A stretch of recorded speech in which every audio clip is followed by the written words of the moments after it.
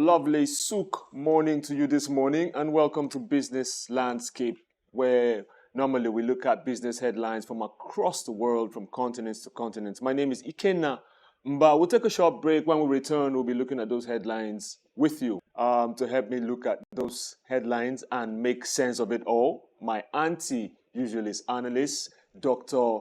Idahosa Osamanze. Good morning and welcome to the show.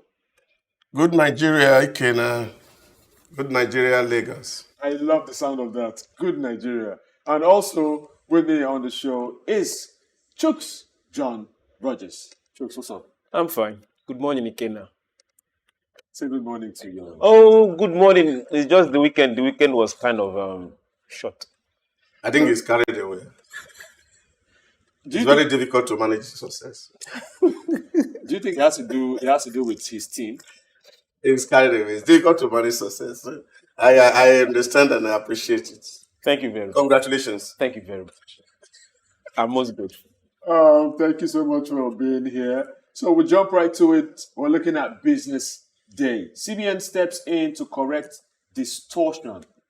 Now, this is due to last week's panic-driven demand for dollars, which we still come on and off with the renewed pressure on the naira. Why, Doctor, is there panic-driven demand, especially at this time?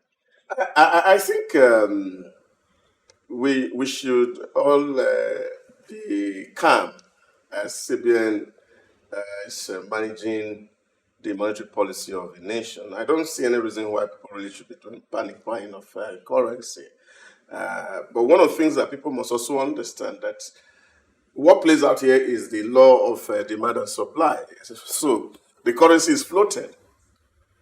If it remains at the same point, then it means something is wrong. You should be worried. That's where the worry should be.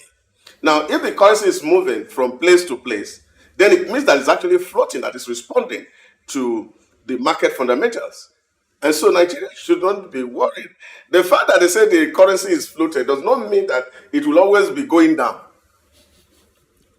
The curve is going to be zigzag because you're seeing that if you have excess of supply of forex, and of course the demand is not up towards the supply, then of course that will determine what the people in the market will sell.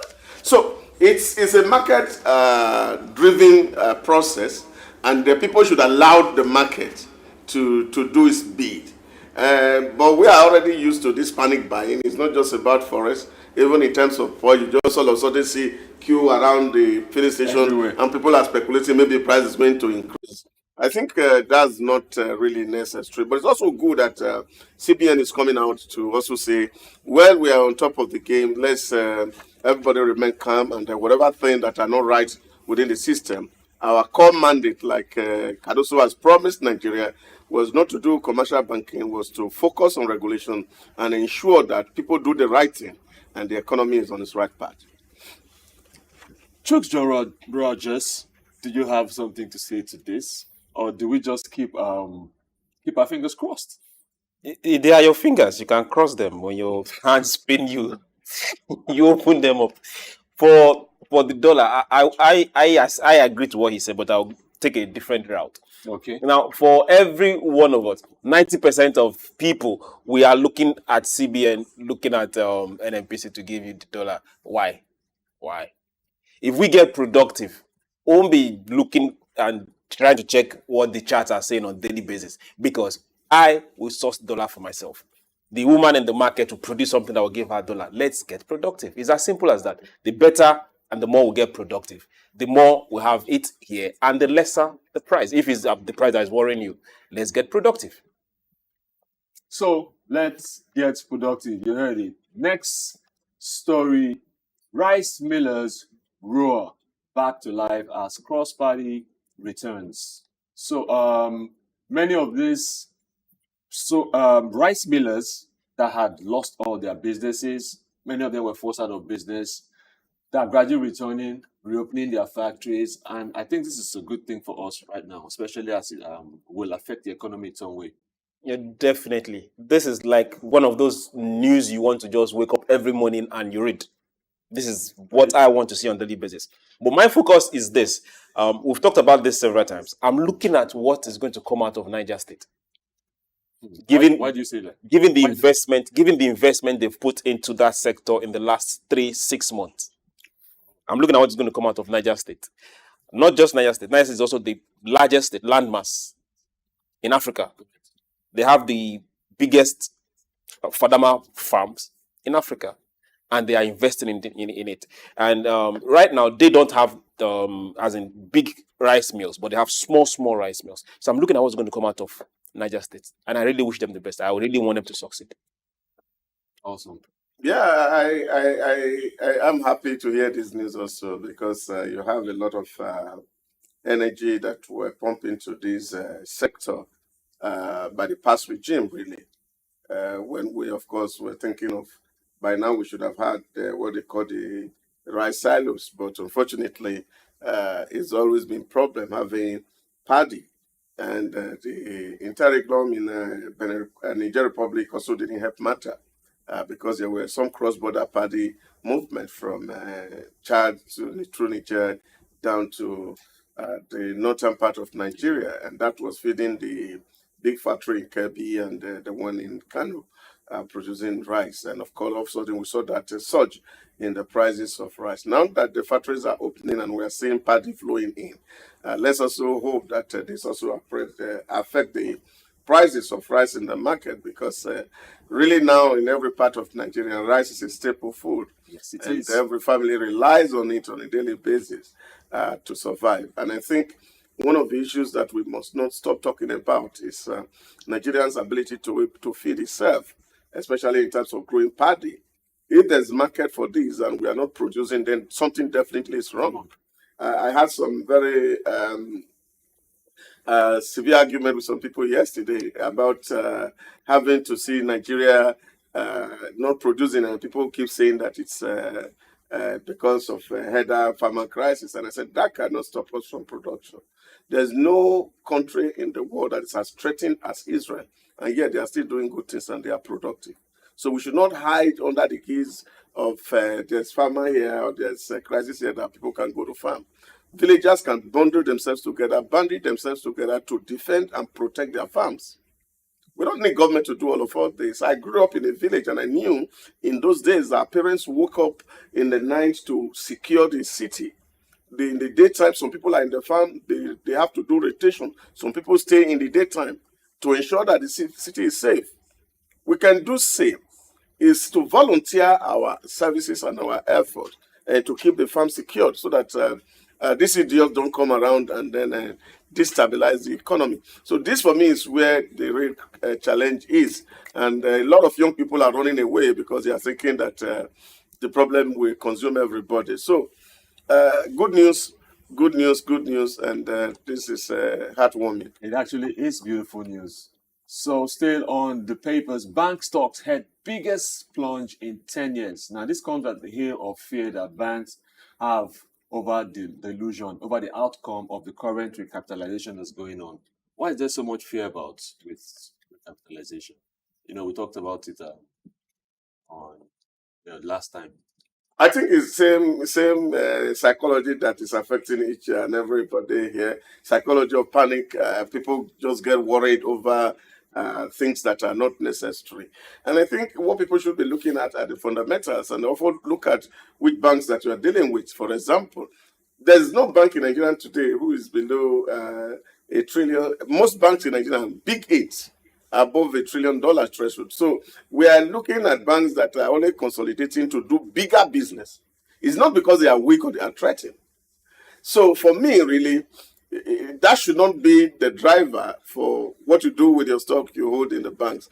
But also remember that, a lot of people are also speculators in terms of stocks, and dividends are being paid out at the moment right now. So people quickly want to offload and see, and the payout also affecting what's happening in the market. I guess these are some of the factors that one may have to consider when you think about stock. And another part of it is most people might not understand this. For trader, if you're trading, it depends on what you're trading on. The stocks could be going down, and you're making profit. It could be going up and you could still be making a loss. It depends on what side you're trading on. So it doesn't matter whether it's going up or going up for those that are trading. That sounds weird.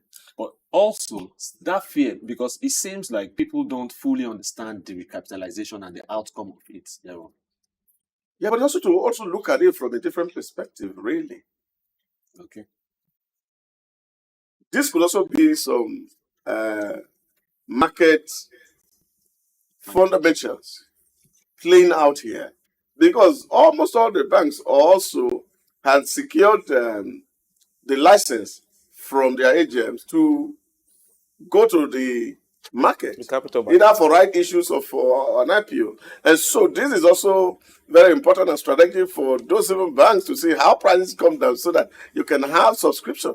So we may not also be able to take those out of it, because we're seeing people going out, and of course the way the prices are moving could also distort what they can mop up in terms of investment when, of course, eventually the issues are out. So these are also things that we must also put in mind, and they could also be just deliberate to make the market stable somehow. But one thing is very sure is that the Nigerian capital market is as strong and very as it could ever be.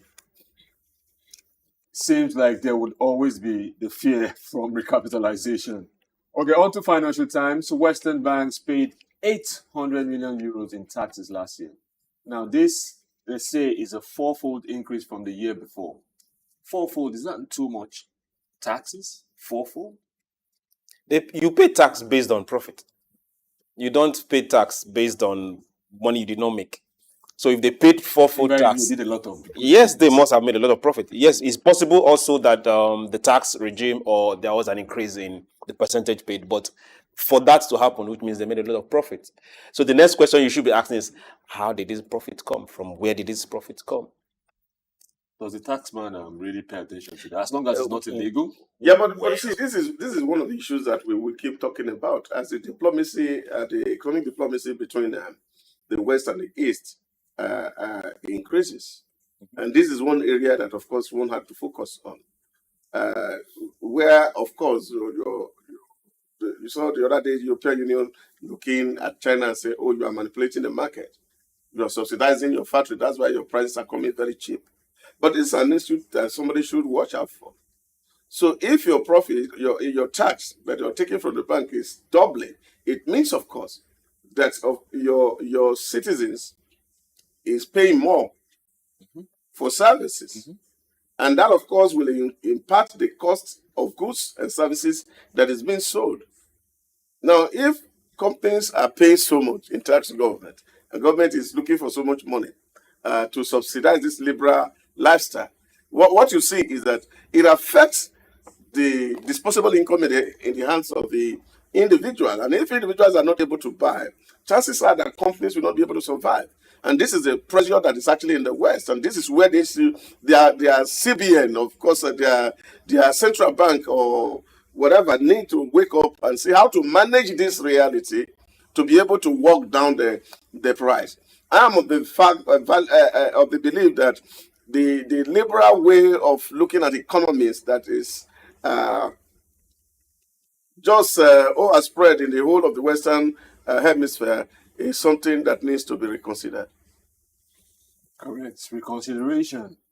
Next headline, EU would need 50% tariff to curb imports to Chinese electric cars. And there are talks that all these foreign automakers are forced to embrace local Chinese technology. Does it have to be like that? I'm doing business, my kind of business. So when I come to you, do I have to adapt to what your technology is? Because I'm bringing what I'm bringing. The first few words you said was EU. Yes. Good. So competition from a competitor. So it's simple. Africa is not complaining about Chinese vehicles because we don't see them as competitors. They are way ahead. So EU is talking about their competitor. So whatever they are putting on ground, Because they have their own cars. of course, yes, is to make sure that their competitor has some full gap where they can also come and compete. So it's all about competition. Yeah, but I think this is not the era for trade wars where you have to continue to increase your tariff uh, to prevent other people from entering into your sphere. This is a free world as it is. Globalization has made things a lot simpler now. We're seeing people, we're almost borderless, as it were. And therefore, you find that if you also have people who are brand loyal, for example, and they feel, okay, this is what I want to buy. No matter how much you put it in, I'm going to buy it. And of course, it will still mean massive capital flight from your environment. And so there's no way that's going to help your economy. So for me, really, I feel that what the EU region should be doing at the moment is to see how they can moderate prices in terms of the input that gets into the production. So why are the prices, why is the cost of production as high? And there are alternative materials that can be used so that it can become a lot cheaper and then they become competitive. So that for me is what is the most important thing, because by the time we start this blocking and blocking and blocking, we get to that point where we'll see 100% tariff increase and then products can enter your market. And of course, I don't think that EU think only Chinese products get to their market. They're also entering into China market. True. And of course, nobody has the monopoly of determining what tariff you have to charge. So everybody will look for where it pains you and see how to press that button. So I think we should just find a better way to mediate competition so that we don't run into a global glitch. For this particular competition, I don't think we need mediation.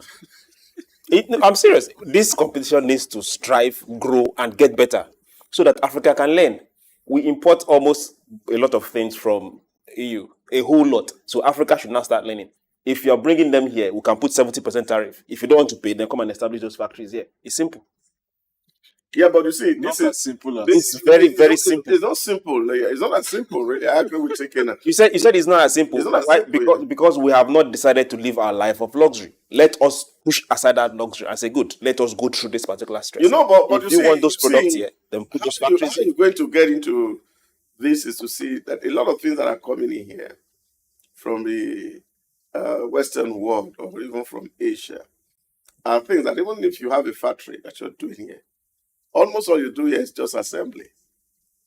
Because the production of such parts, if you put tariff on it, even if you're assembling here, it will still increase because you're not producing those parts around. yes, you're bringing them You're into also bringing them in. And so there's no way tariff will not affect it. But the thing is that the more tariff you put on your product, the more prices you pay. And that higher prices you pay is also the capital flight that you're taking away from here. Some So of those because that is what it some is. of those products in the first place, do we need them? Well, that is where you can actually be determining, are they necessities, are they things that you can do without? And if you can do without them, why not? But if there are things that are necessary that you must need to survive, then of course you have no alternative but to trade. Gulf news is next. Dubai to build the world's largest airport. So the ruler of Dubai and Prime Minister Sheikh Mohammed approves 128 billion, approximately $35 billion for this humongous project. Do we need more airports? Because it seems like every country now, almost every city has an international airport, and Nigeria included. So why would Dubai want to do something this huge when already it's the number one destination, arguably the number one destination tourism? No, they are not number one yet. And I think it is the drive to become the number one destination for tourism in the world. Who is actually competing with Dubai? Oh, Paris. Paris is doing about 80 million people annually, and Dubai is just about 20 million. Oh, really? Oh, yeah. So Dubai is actually struggling to level up with Paris, and that's where the craze and the drive is. But one of the things that you must understand about the UAE, and this is what the Sheikh has always done, is to find that they want to be the first in everything. That's a good drive. And that question is always asked, is it happening anywhere? And if it's not anywhere, can we do it? And that is the driving force, and that's why that city, is massively developed, because you see people who are very visionary and they are thinking about tomorrow. And of course, acting on it. People are going for tourism, not just because of tourism's sake. They want to see sights. Sightseeing is part of the reason why people go for tourism. So if you don't put those basic amenities on the ground that can handle, if you, for example, the Dubai International Airport as it is, can handle over 8 flights at the same time, landing and going. That's how massive it is.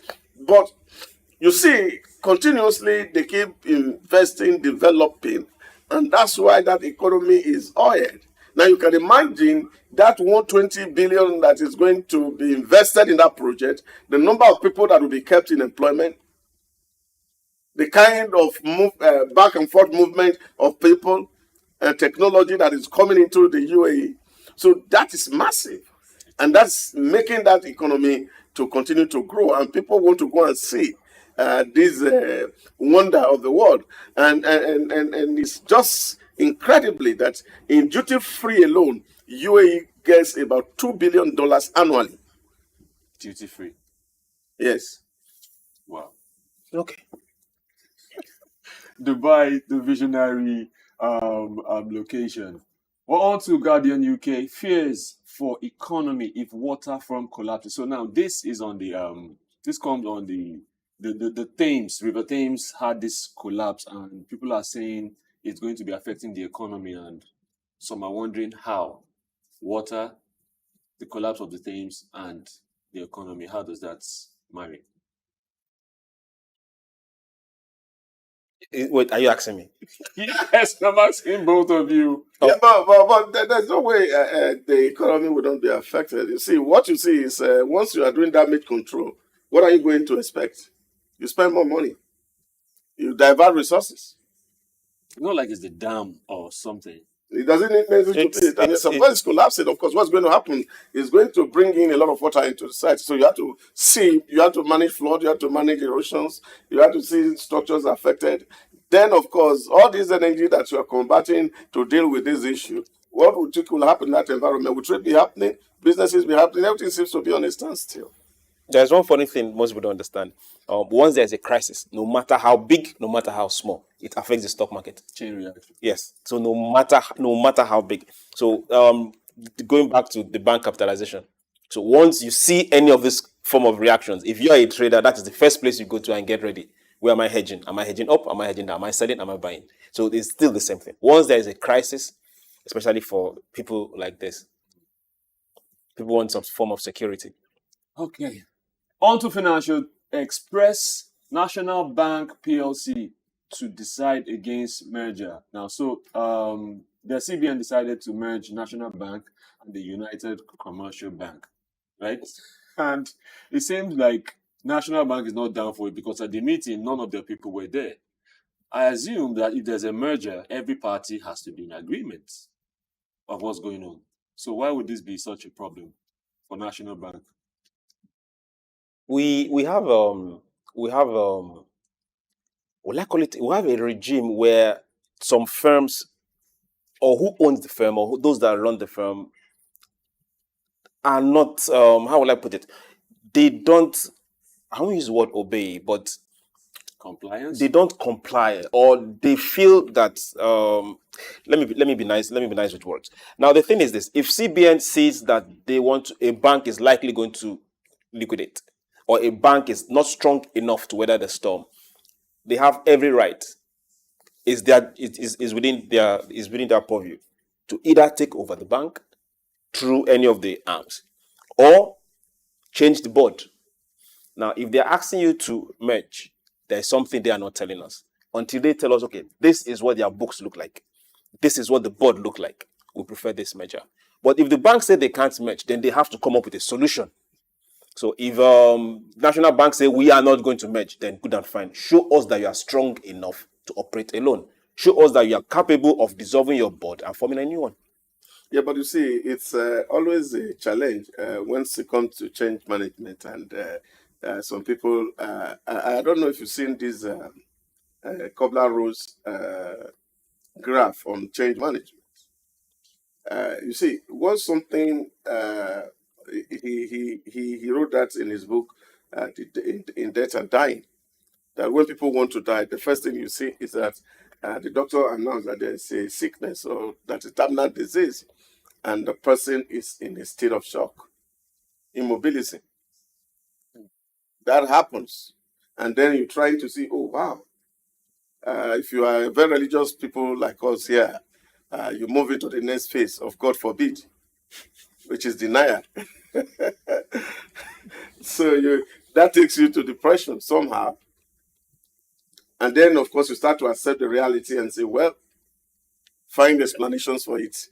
And then you get to the phase of acceptance. So he feels that every change moves through that phase. Probably the National Bank is immobilized at the moment. And people are wondering what's likely going to happen. So that happened in the process of change. And I think that the authorities also need to manage this process. And in communication, like I say to people, every phase of that transition need a specialized communication. And experts need to be involved in designing the messages that will resonate with the mood at the moment. That could also help in terms of bringing people together.